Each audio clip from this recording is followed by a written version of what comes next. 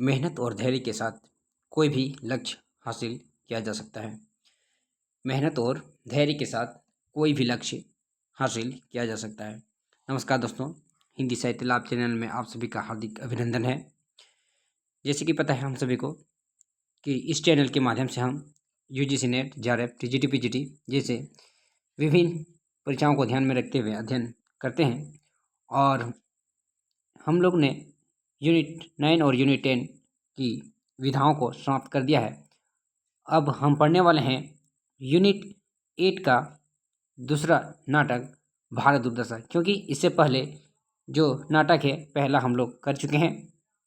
अगर आपने उस चीज़ को नहीं देखा है तो आप चैनल में आकर ज़रूर देखें और डिस्क्रिप्शन में इसका लिंक दिया हुआ है। दोस्तों, भारत दुर्दशा एक ऐसी नाटक है जिसमें भारतेंदु ने अपने समय प्रत्यक्ष दिखाई देने वाली वर्तमान लक्ष्यहीन पतन की ओर उन्मुख भारत का वर्णन किया है। भारतेंदु अपने इस नाटक को नाट्य रासक मानते हैं, मतलब नाटक न मानकर नाट्य रासक मानते हैं। यह नाटक वीर, श्रृंगार और करुण रस पर आधारित है। भारतेंदु ने ब्रिटिश राज और आपसी कलह को भारत की दुर्दशा का मुख्य कारण बताया है।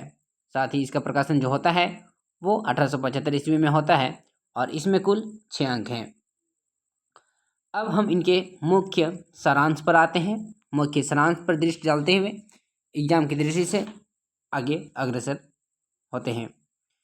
भारतेंदु हरिश्चंद्र ने भारत दुर्दशा में मुख्य सारांश जो दिखाया गया है वो इस प्रकार है। कहता है, भारतेंदु हरिश्चंद्र रचित लघु रूपक भारत दुर्दशा का प्रकाशन 1875 ईस्वी में होता है। भारत दुर्दशा नाटक 6 अंकों में विभक्त है। एक दुखांत नाट्य रासक है। ये एग्जाम की दृष्टि से काफ़ी इंपॉर्टेंट है दोस्तों हम सभी के लिए, इसलिए इसको हम लोग ध्यानपूर्वक सुनते हुए नोट डाउन करते हुए आगे बढ़ेंगे। भारत दुर्दशा नाटक के पात्र भारत, भारत भाग्य, भारत दुर्देव, निर्लजता, आशा, सत्यानाश, रोग, आलस्य, मदिरा, अंधकार, सोम, आंधी, योगी आदि इसके क्या हैं, इस नाटक के प्रमुख पात्र के रूप में आते हैं। भारतेंदु जी ने इस नाटक में युगीन समस्याओं को उजागर कर उसका समाधान प्रस्तुत किया है। साथ ही प्रत्यक्ष दिखाई देने वाली वर्तमान लक्ष्यहीन पतन की ओर उन्मुख भारत का चित्र खींचा गया है। भारतेंदु ने भारत की परतंत्रता से ज़्यादा भारतीय समाज की पतन उन्मुखता को शोचनीय बनाया है। कहने का मतलब है ये जो भारत हमारा देश है वो उस समय काफ़ी पतन की ओर, मतलब नीचे की ओर गिरती जा रही थी और परतंत्रता से मतलब विमुख होती जा रही थी। हिंदू स्त्रियों का गौरव भी उस समय संकटग्रस्त था। कई अमानवीय प्रथा स्त्री से जुड़ी हुई थी। अंग्रेजी राज ने इस संकट को दूर किया, इसलिए भारत दुर्दशा नाटक में कई जगह अंग्रेजों की राज को सकारात्मक भी बताया गया है। क्वेश्चन पूछा जा सकता है कि क्या भारत दुर्दशा में अंग्रेजों को या अंग्रेजों राज ने क्या सकारात्मक पक्ष दिखाया है, तो बिल्कुल यहाँ पर सकारात्मक पक्ष भी दिखाया गया है। भारतेंदु जी ने लोगों के निराशावादी, लक्ष्यहीन और पतन उन्मुखी सोच को भारत दुर्दशा का कारण माना है। क्वेश्चन पूछा जा सकता है कि भारत का पतन उन्मुख का मुख्य कारण क्या है, तो क्या है, लक्ष्यहीन और पतन उन्मुख। ठीक है, समाज में जो आर्थिक व धार्मिक संरचना है वह समाज की नींव को खोखला कर रही है। आपस में भेदभाव, जाति का वर्गीकरण, कुमति, आलस्य का वाश्चर्य आदि अनैतिक रूढ़ि को भी भारत दुर्दशा का कारण माना है। भारत दुर्दशा नाटक के पहले अंक की शुरुआत बीथी स्थान से होती है। काफ़ी इम्पोर्टेंट है। किससे शुरू होती है? बीथी स्थान से शुरू होती है, जहाँ एक योगी लावनी गाता है। कौन गाता है? योगी गाता है। क्या गाता है? लावनी गाता है। किसमें? वीथी में, मतलब प्रथम अंक में। और इसी लावनी से ही इस अंक का समापन भी होता है। दूसरे अंक की शुरुआत का स्थान शमशान है। दूसरे अंक का स्थान का क्या नाम है? शमशान है। जो टूटे फूटे मंदिर हैं जहाँ कौवा, कुत्ता, सियार घूम रहे हैं और अस्थि हंडी इधर से उधर पड़ी हुई है, मतलब ऐसे स्थान का वर्णन किया गया है। दूसरा में जहाँ शमशान है और आसपास पूरा का पूरा हड्डी और मांस पड़ा हुआ है। दूसरे अंक में ही भारत का प्रवेश होता है। क्वेश्चन पूछा जा सकता है कि भारत का प्रवेश कौन सा अंक में होता है? तो दूसरे अंक में होता है। जो कटे फटे कपड़े पहने, सिर पर अर्ध किरीट, हाथ में टेकने की छड़ी और शिथिल अंग है। दूसरे अंग में निर्लजता का भी प्रवेश होता है, मतलब ये जो निर्लजता जो पात्र है उसका भी द्वितीय अंक में प्रवेश होता है। जिसका सिर खुला है, ऊंची चोली, दुपट्टा ऐसा गिरता पड़ता है कि अंग खुले खानगियों का सप्रवेश वेश बना हुआ है। निर्लजता, हताश और भयभीत भारत से कहता है। क्या कहता है? कि मेरे रहते तुम्हें नहीं डरना चाहिए, जीते रहने पर भी भीख मांगकर भी खा सकता है। उसी के शब्दों में, मेरे आछत तुमको अपने प्राण की फिक्र, छी छी छी, जियोगे तो भीख मांग के खाओगे, प्राण देना तो कायरों का काम है। मतलब उसको क्या करता है? प्रोत्साहित कर रहा है। निर्लजता बेहोश भारत को उठाने के लिए आशा को बुलाती है। किसको? आशा को बुलाती है। द्वितीय अंग में ही लड़की के वेश में आशा का प्रवेश होता है। आशा कौन है? पात्र है, वो द्वितीय अंग में प्रवेश करता है। तीसरे अंक की शुरुआत क्या कहते हैं दोस्तों? तीसरे अंक की शुरुआत मैदान से होता है, जहां से फौज के डेरे दिखाई पड़ते हैं।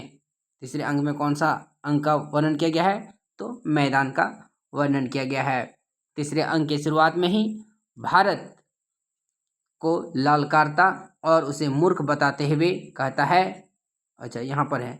तीसरे अंक की शुरुआत में भारत गुरुदेव का आगमन होता है तीसरे अंक में, ठीक है।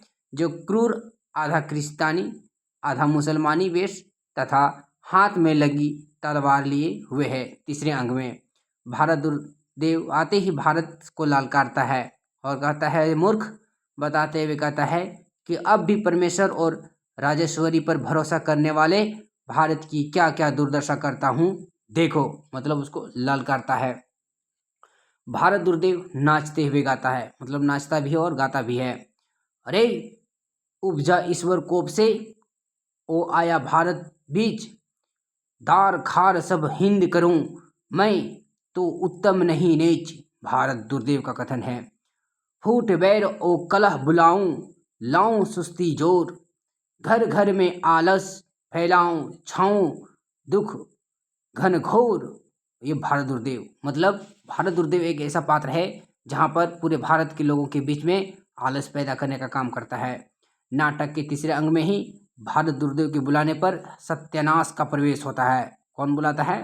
भारत गुरुदेव बुलाता है। किसको बुलाता है? सत्यानाश को बुलाता है। तीसरे अंग में कहता है, सत्यानाश अपना परिचय देते हुए कहता है, हमने ही लाखों वेश बना देश को चौपट किया है।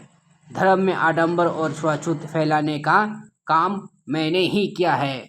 कौन कहता है? ये सत्यानाश कहता है अपना परिचय देते हुए। सत्यानाश आगे कहता है कि मैं ही कभी जयचंद, हलाकू, चंगेज, तैमूर, दुरानी, नादिर शाह आदि के रूप में हिंदुस्तान को बर्बाद किया है। सत्यानाश कहता है कि मेरे आगे किसी की नहीं चल सकती, क्योंकि मेरे पास कल, बल और छल तीनों है। क्या है? कल, बल और छल तीनों है। किसके पास? सत्यानाश के पास। सत्यानाश धर्म में आए पाखंड, छुआछूत के साथ वेदांत पर व्यंग करते हुए कहता है कि इसके कारण लोग अभिमानी, ईश्वर मुख विमुख, स्नेह शून्य हो गए हैं।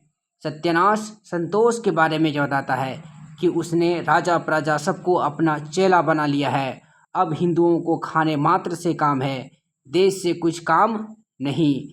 राज ना रहा पेंशन ही सही, रोजगार ना रहा शुद्ध ही सही, इस तरह के लोग संतोष परम सुख रोटी की को ही सराह सराह कर खाते हैं।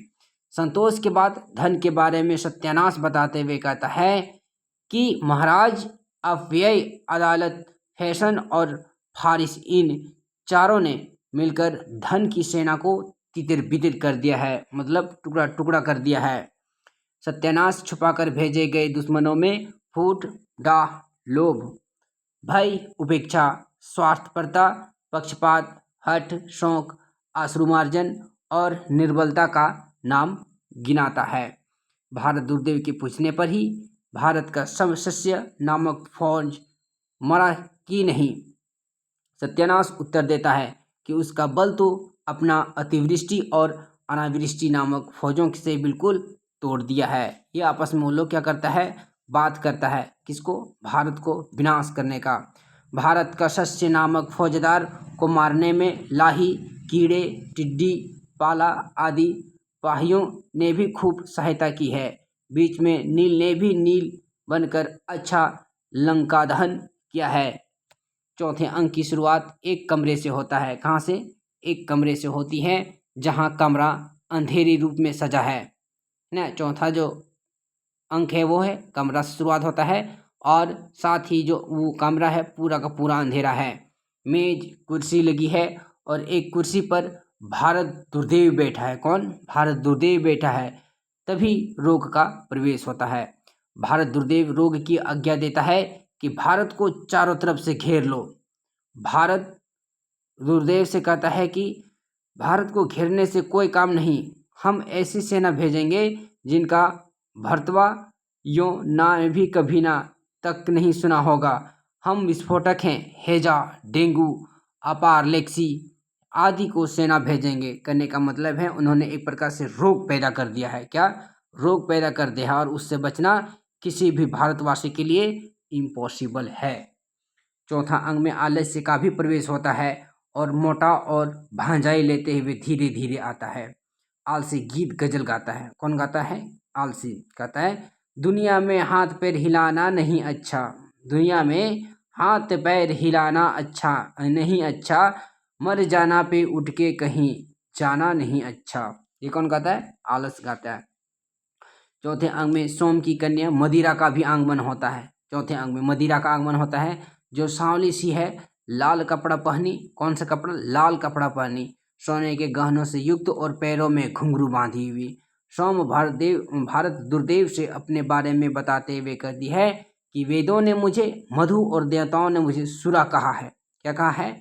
मधु और देवताओं ने सुरा कहा है। मेरे प्रचार हेतु श्रोत्रमणि यज्ञ की सृष्टि हुई है।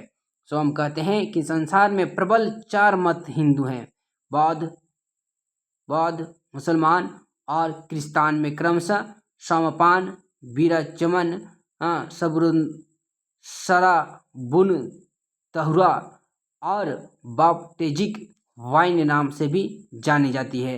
मतलब उस समय की जितने भी धर्म थे और इस नाम से भी जानी जाती थी। चतुर्थ अंग में ही आंधी का भी प्रवेश होता है और गाती है जय जय कलयुग राज की। कौन गाता है? ये पर ये आंधी गाती है। क्या गाता है? जय जय जय कलयुग राज की, जय महामोह महाराज की। ये क्वेश्चन पूछा जा सकता है कि ये कथन कौन गाता है? मिलान के लिए भी आ सकता है या फिर वन लाइनर्स के रूप में आ सकता है, इसलिए ध्यान रखेंगे।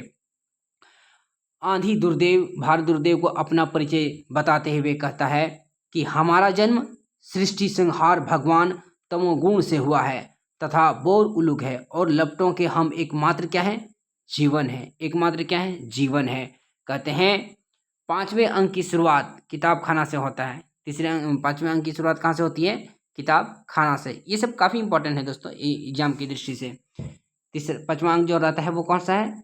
किताब खाना रहता है, जहाँ 7 सभ्यों की एक छोटी सी कमेटी है। कितनी? 7 सभ्यों की। सभापति चक्रदार टोपी पहने, चश्मा लगाए, छड़ी लिए। 6 सभ्यों में से एक बंगाली, एक महाराष्ट्री, एक अखबार हाथ में लिए एडिटर, एक कवि और 2 देसी महाशय उपस्थित हैं। सभापति द्वारा कमेटी बुलाने का मुख्य उद्देश्य भारत दुर्देव द्वारा चढ़ाई करने के कारण उससे बचने के उपाय पर विचार करने के लिए। ये भी क्वेश्चन पूछा जा सकता है, ये मीटिंग क्यों बुलाया गया है? तो भारत दुर्देव को जब चढ़ाई करता है तो उससे बचने का विचार करने के लिए ये मीटिंग सभापति बुलाई या कमेटी बुलाई जाती है। 5वें अंक में सरकार का पक्षधर पुलिस की वर्दी पहने डिसलॉयल्टी का प्रवेश होता है। कौन, कब, लास्ट, मतलब ये 5वां अंक में डिसलॉयल्टी भारतेंदु के कवि वचन सुधा पत्र का जिक्र करता है। क्वेश्चन पूछा जा सकता है कि भारतेंदु भारत दुर्दशा में कवि वचन सुधा पत्र का जिक्र किस अंग में होता है, तो और यह कौन करता है, तो 5वें अंग में डिसलॉयल्टी करता है। ठीक है, डिसलॉयल्टी सरकार के विरुद्ध बात कर रहे हैं सभापति और उसके साथियों को पकड़ने आता है, मतलब उसके विषय में बात करते करते क्या जाता है, उसको पकड़ा जाता है। सभापति के पूछने पर डिसलॉयल्टी कहता है कि इंग्लिश पॉलिसी नामक एक्ट के हाकिमेक्षा नामक दफा से भी सभी को पकड़ने आया है। 6ठे अंक की शुरुआत गंभीर वन मध्य भाग स्थान से होता है। 6ठे अंक की शुरुआत कहाँ से है, गंभीर वन में के मध्य भाग से शुरुआत होता है, जहां भारत एक वृक्ष के नीचे अचेत पड़ा है। कौन, भारत, और भारत भाग्य का प्रवेश होता है। भारत भाग्य गीत गाता है, जागो जागो रे भाई। कौन गाता है, ये भारत भाग्य गाता है। क्या गाता है, जागो जागो रे भाई। भारत भाग्य भारत को उठाने के बहुत प्रयत्न करता है, किंतु वह उठ नहीं पाता। वस्तुतः भारत की मृत्यु हो चुकी होती है। ठीक है, तो अंत में भारत भाग्य भी भारत से असीम स्नेह और उसके वियोग के कारण अपने ही कटार से आत्महत्या कर लेता है और नाटक का यही समापन हो जाता है। क्वेश्चन पूछा जा सकता है कि भारत दुर्दशा में आत्महत्या कौन करता है, तो भारत भाग्य आत्महत्या कर लेता है। इस नाटक में, इस उपन्यास में यह बताया गया है कि वर्तमान भारत किस प्रकार विनाश के मार्ग पर बढ़ रहा है। इसकी आर्थिक, राजनीतिक और सामाजिक रचनाएं पूर्णतः खंडित हो चुकी है। चिंता तो इस बात की है कि भारतीय लोग इस दुर्दशा को करने के लिए प्रतिबद्ध भी नहीं है, मतलब इसको सुधारने के लिए कोशिश भी नहीं की जाती है भारत के लोगों द्वारा। उसके सामने इतने ज़्यादा रोग हो गए हैं, इतने ज़्यादा आलस्य हो गए हैं कि उससे वो ग्रसित हैं। भारतेंदु जी भारत दुर्दशा में प्रतीकात्मक पात्रों की सहायता से प्रतीकात्मक पात्रों की सहायता से दुर्दशा का कारणों की खोज की, जिसमें सबसे बड़ा कारण मदिरा है। सबसे बड़ा क्या कारण है, मदिरा है, लोभ है, अशिक्षा है, लज्जा है, संतोष है आदि को माना है तथा उसे छोड़ने का आग्रह भी किया गया है। भारतेंदु जी ने भारत दुर्दशा के लिए कुछ गौण कारणों का भी उल्लेख किया है, जैसे अपव्यय, फैशन, अदालत, सिफारिश आदि को धन निर्गमन के साथ अर्थव्यवस्था को नष्ट करने वाला कारण बताया गया है, मतलब फैशन वगैरह जो होता है। इस नाटक में भारतेंदु जी ने बाल विवाह का विरोध करते हुए और विधवा विवाह का समर्थन करते हुए उनकी दृष्टि में विधवा विवाह का कोई विरोध या व्यभिचार को बढ़ावा देता है। भारत दुर्दशा नाटक का नायक भारत है। कौन है, भारत है। यद्यपि चरित्र की भव्यता और गरिमा के लिहाज को देखा जाए तो यह अत्यंत कमजोर पात्र है। भारत नाटक के दूसरे अंग में आता है और शारीरिक तौर पर वह क्या है, खस्ता हाल रहता है। भारत मंच पर उपस्थित होते ही अपने दीनहीन दशा का रोना, जयचंद जैसों को कोसना, राजेश्वरी विजयिनी से अपने की लाज रखना तथा निर्लज प्रलाप करना आदि से अपनी दुर्बलता का परिचय देता है। तो ये जो कहानी रहती है आगे इसका दिया हुआ है कि भारत खलनायक भारत दुर्देव के कोप से बचने की कोशिश करता है पर बच नहीं पाता है। उसके भय से मूर्छित हो जाता है और यही मूर्छिता मृत्यु का रूप ले लेती है या बदल जाती है। नाटक में भारत दुर्देव का चरित्र शक्तिशाली खलनायक प्रतिनायक के रूप में आया है। तीसरे अंग में उपस्थित होने वाला भारत दुर्देव की वेशभूषा क्रूर, आधा क्रिस्तानी आधा मुसलमानी तथा साथ में नंगी तलवार लिए हुए दिखाया गया है। किसको, भारत दुर्देव को। भारत दुर्देव आते ही सबसे पहले भारत को ललकारता है, फिर नाचने गाने में लगता है। भारत दुर्देव सत्यानाश और फौजदार सहित आलस्य, मदिरा आदि के साथ समस्त सहयोगों को भारत को चारों तरफ से घेर मारने का आदेश देता है। अब हम लोग डायरेक्ट आते हैं इनकी महत्वपूर्ण कथन पर, जो काफ़ी इम्पोर्टेंट है एग्जाम की दृष्टि से, क्योंकि हम सभी के पास समय कम है और रिवीजन ज़्यादा करना है।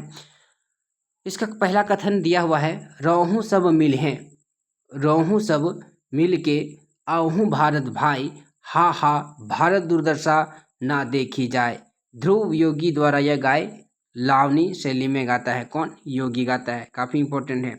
आगे कहता है, अंग्रेज राज सुख साज सजे सब भारी, पे धन विदेश चले जात इहें अति ख्वारी। ये योगी द्वारा गाया जाने लगता है सामने में। काफी इंपॉर्टेंट है। दूसरे अंक में कहता है कि भारत, हाँ, यह वही भूमि है जहाँ साक्षात भगवान श्री कृष्ण चंद्र के दुत्तवध करने पर भी वीरोत्तम दुर्योधन ने कहा था, शिवचग्र ने दस्यामी विना युधेन केशव। और आज हम उसी भूमि को देखते ही कि शमशान हो रही है। भारत कहता है ये बात, है ना। अरे यहाँ की योग्यता, विद्या, सभ्यता, उद्योग, उदारता, धन, बल, मान, दृढ़ चित्रता, सत्य सब कहाँ गए? अरे पामर जयचंद्र, तेरे उत्पतन हुए बिना मेरा क्या डूब जाता था। ये भारत कहता है, मतलब ये भारत को जगाने का काम, करने का काम करता है। आगे दूसरे अंक में, उसी अंक में कहता है, कौन नहीं परत मेरे हाथ, 20 कोटि सुत होत फिरत। क्या कहते हैं? 20 कोटि सुत फिरत मैं हाहा होय अनाथ। मतलब धीरे धीरे सब छोड़ते जा रहा है, तो वो भारत क्या हो जाते जा रहा है? अनाथ होते जा रहा है। अब भी तुमको अपने नाथ ना भरोसा है, खड़ा तो रह अभी, मैं तेरी आशा की जड़ ना खुद डाली तो मेरा नाम नहीं। नेपथ्य से दुभार दुर्देव की आवाज कहता है, मतलब ललकारता है कि हम भारत को बर्बाद कर देंगे। भार दुर्देव कहता है। निर्लजता कहता है कि एक जिंदगी हजार नियमित। कौन कहता है? निर्लजता कहता है।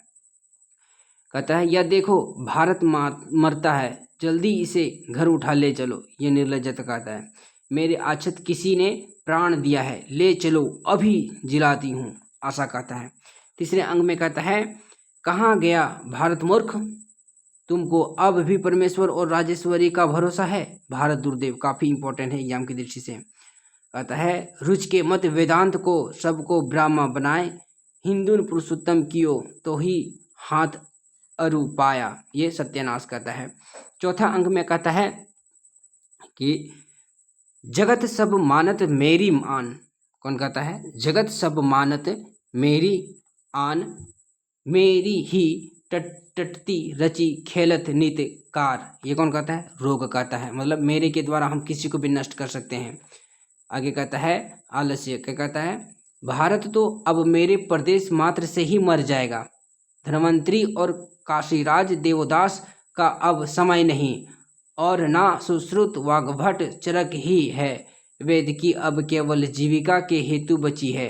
रोगी भारत दुर्देव से कहता है, आलसी पड़े हुए कुएं में वही चैन है। आलस्य। मौत अच्छी है पर दिल का लगाना नहीं अच्छा।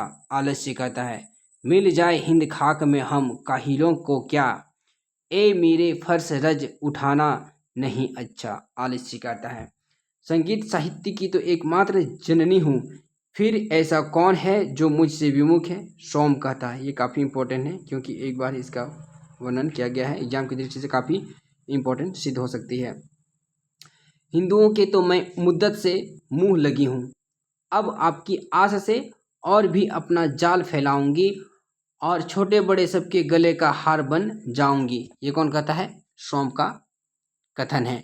पांचवें अंग में कहता है, यहाँ कोई नहीं कहता कि सब लोग मिलकर एक चित हो जाए, हो विद्या की उन्नति करो, कला सीखो जिससे वास्तविक कुछ उन्नति हो। पहला देशी। ये काफ़ी इंपॉर्टेंट है क्योंकि ये देश के हित के विषय में बात की गई है। छठे अंक या अंतिम अंक के विषय में कहता है, हाँ, जिस भारतवर्ष का शीर व्यास, वाल्मीकि, कालिदास, पाणिनि, शाक्य, सिंह, बाणभट्ट प्रभृति कवियों के नाम मात्र से अब भी सारे संसार से ऊंचा है, उस भारत की यह दुर्दशा है। कौन कहता है? भारत भाग्य कहता है। जिस भारतवर्ष के राजा चंद्रगुप्त और अशोक का शासन रूप रूस तक माना जाता था, उस भारत की दुर्दशा क्या है? भारत भाग्य। ये कथन कहता है। जिस भारत में राम, युधिष्ठिर, नल, हरिश्चंद्र, रतिदेव, शिव इत्यादि पवित्र चरित्र के लोग हो गए हैं, उसी यह दशा है भारत भाग्य का कथन।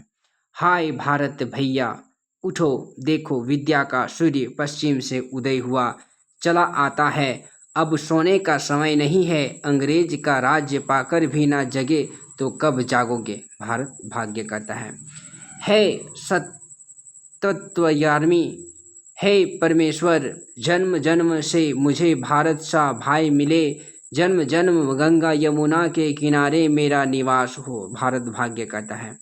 थोड़ा सा यहाँ पर विद्वानों का जो राय है उसको देख लेते हैं जो इम्पोर्टेंट है। बच्चन सिंह क्या कहते हैं कि इनमें मतलब भारत दुर्दशा में भारतेंदु ने उन तत्वों को खोजने की कोशिश की है जो भारत दुर्दशा के कारण है। उन्होंने भारत दुर्दशा का मानवीकरण करते हुए उसके सहायकों का भी उल्लेख किया है। रेवती रमन कहते हैं भारत दुर्दशा में भारत और भारत भाग्य का पक्ष अत्यंत दबा हुआ है। भारत को नायक माने तो उसका नायकत्व परंपरागत बिल्कुल नहीं है, ये अनोखा हो तो हो। ये काफ़ी इम्पोर्टेंट है एग्जाम की दृष्टि से। दोस्तों ये था आज का हम सभी का सबसे महत्वपूर्ण नाटक जो एग्जाम की दृष्टि से काफ़ी इम्पोर्टेंट है। उम्मीद करते हैं ये कुछ हद तक समझ में आ गया होगा, और अगर कहीं दिक्कत होती है तो प्लीज़ आप कमेंट करके ज़रूर बताएं ताकि हम उस चीज़ को सुधार करके बेहतर वीडियो आपके सामने और परीक्षा में सफल होने के लिए कंटेंट प्रदान करते रहें। मिलेंगे जल्द ही, तब तक के लिए थैंक यू।